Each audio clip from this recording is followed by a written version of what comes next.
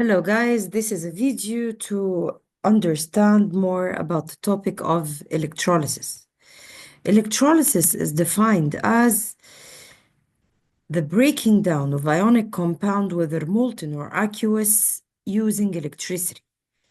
Whether you use the aqueous or solution, it is the same thing because the word solution means it is dissolved in water. And to help us understand why it has to be molten or aqueous, because in order for there to be electric conductivity, you need free moving charged particles. That can never happen in a covalent molecule or a covalent compound. They do not ionize. Also, if you have an ionic compound which is solid, ions are not free to move. When molten or aqueous, ions are free to move. This is how we are asked. Why does a compound need to be molten or aqueous, not solid, in order to conduct electricity? My answer is always the same. When solid, ions are not free to move. When aqueous, ions are free to move. Basically, in a nutshell, you can say that in order for an ionic compound to happen, the metals will lose electrons, which are gained by the non-metal to form an ionic compound. Whether they lose one electron or lose two electrons, whether they gain one electron or gain two electrons, in the end of the day, electrons are lost and gained in order to form positive and negative ions. In electrolysis, we want to reverse that. We want the metal to gain electrons and we want to break it down from being a positive ion to a neutral atom. Same goes for the nonmetal. We want it to lose its electrons and return back to being an atom. The apparatus that we have composes of the following. I have the power pack or the battery with a negative end and a positive end. Electrons flow from the negative end of the battery. And I have the wires where current is carried in the wires by free moving electrons because they are metals and metals conduct electricity by free moving electrons. The electrodes are divided to two electrodes, positive and negative. In the positive anode, oxidation takes place, meaning electrons are lost at the anode.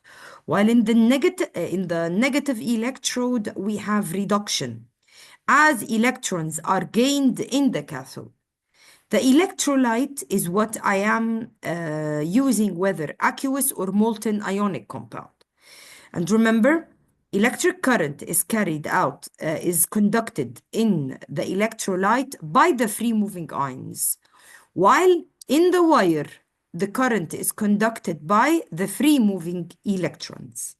The electron flow is from this direction, from the anode towards the cathode, because the electrons exit from the negative end of the battery. Electrodes, which are the metal conductors, are divided, or the solid conductors, I'm sorry, are divided to two parts, either inert or active. Inert means they don't take part in the electrolysis. They are used because they are inert and conduct electricity. In that case, the electrolyte is decomposed. The ones that we use, they are either the non-metal carbon in the form of graphite or platinum. As for the active electrodes, they are the ones taking part in the electrolysis. The electrolyte in their case will remain unchanged.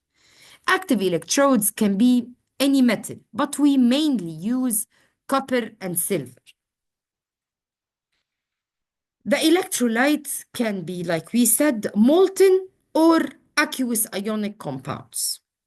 Now let us take an example. The first example where we do electrolysis of molten ionic compound using inert electrodes.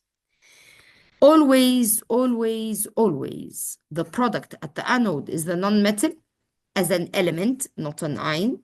The product at the cathode is the metal. Simply, guys, the metal forms positive ion, so it is attracted to the negative electrode, which is the cathode. The nonmetal, which has negative ion, is attracted to the positive electrode. Opposites attract, if I may say. So if you have electrolysis of a molten ionic compound, any ionic compound, with all confidence. Write the name of the metal as the product in the negative electrode. Write the name of the non-metal in the positive electrode. Like if I have molten lead bromide, for example, then lead will be at the cathode, bromine gas at the anode. And note that I wrote bromine because bromine is the element.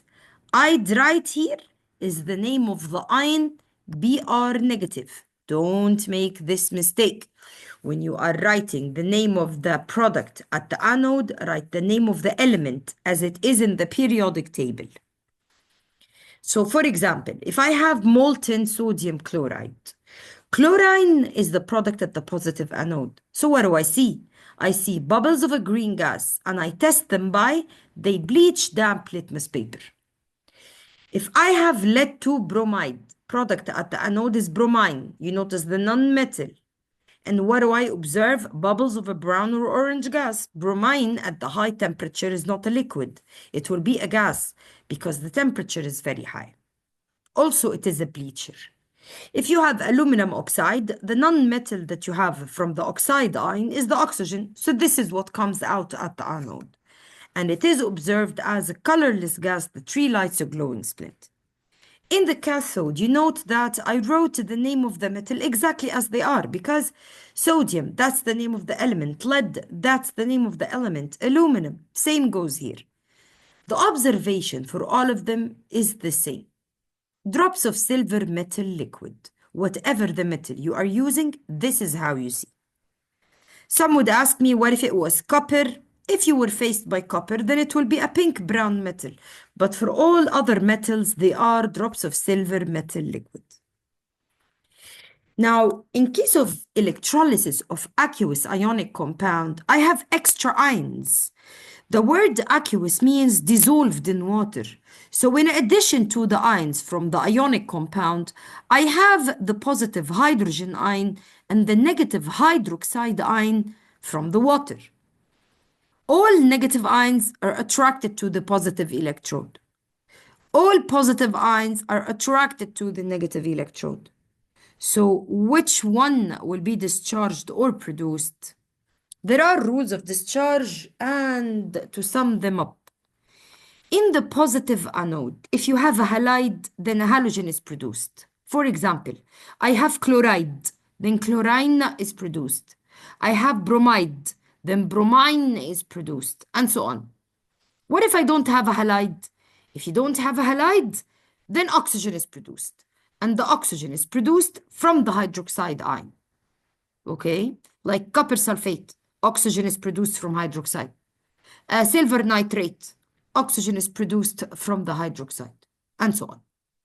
For the negative cathode, it's a matter of order of reactivity of metals. The less reactive is produced, which means that any metal more reactive than hydrogen, hydrogen will be produced as bubbles of a colorless gas, and you test them by a lighted splint, burns with a pop.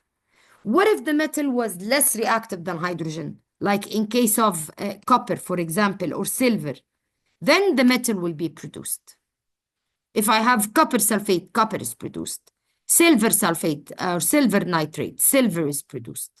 Okay? And in that case, instead of bubbles of a colorless gas, because hydrogen is produced, we'll see a pink-brown solid in case of copper, for example, depositing at the cathode. Let me show you what I mean. Here I have the electrolysis of aqueous sodium chloride. In aqueous sodium chloride, you will find that the product at the cathode is hydrogen because sodium is more reactive than hydrogen. And the product at the anode is chloride because chloride ion is present.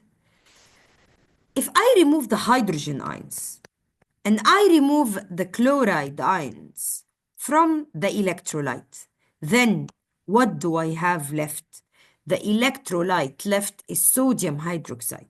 Sodium hydroxide is an alkali, which means that if I test it, it will turn litmus paper. For example, if I put litmus, it will turn to blue because hydroxide ions are present.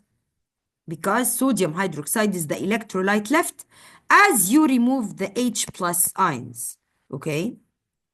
If I have dilute sulfuric acid, I don't have an option. In the cathode, I don't have an option. I only have hydrogen ions because after all, sulfuric acid is H2SO4 and the water is H2O. So I only have hydrogen ions from both solution and liquid. So only hydrogen is produced. Come to the anode. What do I have? I have hydroxide and sulfate. But hydroxide is the one discharged to produce oxygen gas. Just one observation I want you to make, that the volume of the oxygen gas produced is half that of the hydrogen. Okay? If you find this, then know that hydrogen and oxygen, which are both colorless gases, are produced. Think of it as the ratio of the hydrogen to oxygen in water. Hydrogen is double the oxygen. Same goes for the volume of the gases produced. Okay? If we look at the electrolysis of aqueous copper sulfate using carbon electrode or graphite electrodes, these are inert electrodes. Like we said, in the anode, I have sulfate. It remains. Hydroxide is removed and they produce oxygen gas. In the cathode, I have hydrogen and copper. No, copper will be produced. Why? Because it is less reactive than hydrogen. And I will see pink-brown solid depositing. That means that the electrolyte left will be sulfuric acid. The color will become light blue because we are removing copper ions. Okay, so if I have an electrolysis and I want to know what is left, I simply write the ions present and I see which ones I remove. This way I know what will be left in the electrolyte. For example, I have electrolysis of copper sulfate. What is the electrolyte left? Simple. You remove copper, you remove the hydroxide, then the electrolyte left will be colorless because you don't have copper anymore, and it is sulfuric acid. Now, if you look at the active electrodes means I am using a metal. No longer am I using graphite or platinum. I am using an active metal. In that case, the electrolyte remains unchanged. Okay, no change whatsoever happens to it. The objective of the electrolyte simply to conduct electricity.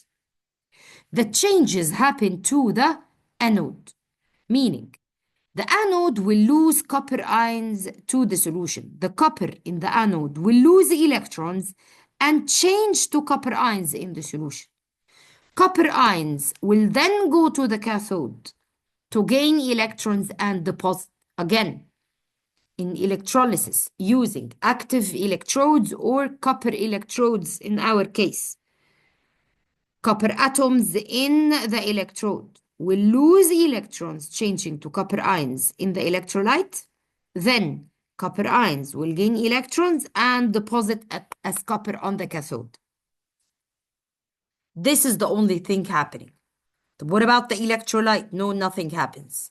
In the anode, copper atoms from the anode will lose electrons to give me copper ions in the solution. Copper ions at the cathode, what do? How do they deposit? How do they change into atoms? By gaining electrons. Copper ions are going to gain electrons to give me copper atoms and deposit on the cathode. This is very useful in the process of electroplating. In electroplating, we agreed here that the metal will go to the cathode. Okay, so what do? We want to electroplate an object with a metal. Then I will put the object as the cathode because I want the metal to go and deposit on the cathode. Okay, so I connect the metal to the anode. I connect the object to the cathode, meaning the metal is connected to the positive end of the battery. The object is connected to the negative end of the battery. The metal will change into ions in the solution and deposit on the object. Only thing I need to note is that if I'm electroplating with copper, the anode must be made of copper. The electrolyte is made of salt of copper. What if I'm electroplating with chromium, for example? Then the anode will be made of chromium and the electrolyte will be chromium, for example, sulfate. Nickel, then the metal will be nickel and this will be nickel sulfate. So how do I choose the name of the electrolyte? We don't necessarily choose, but if stuck, always choose nitrate because all nitrates can dissolve in water.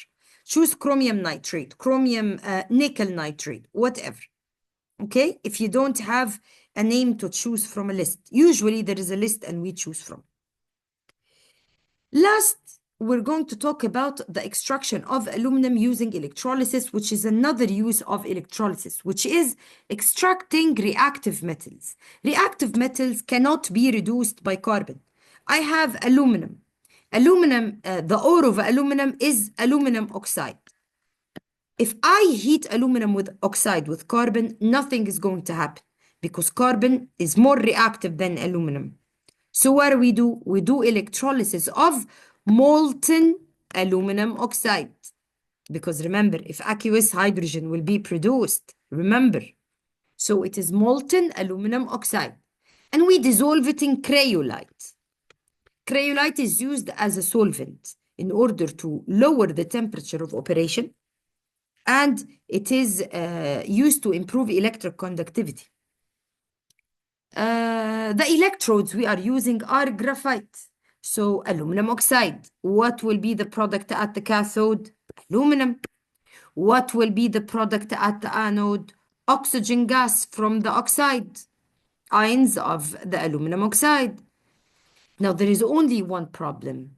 At the high temperature, oxygen and graphite from the anode react to give me carbon dioxide.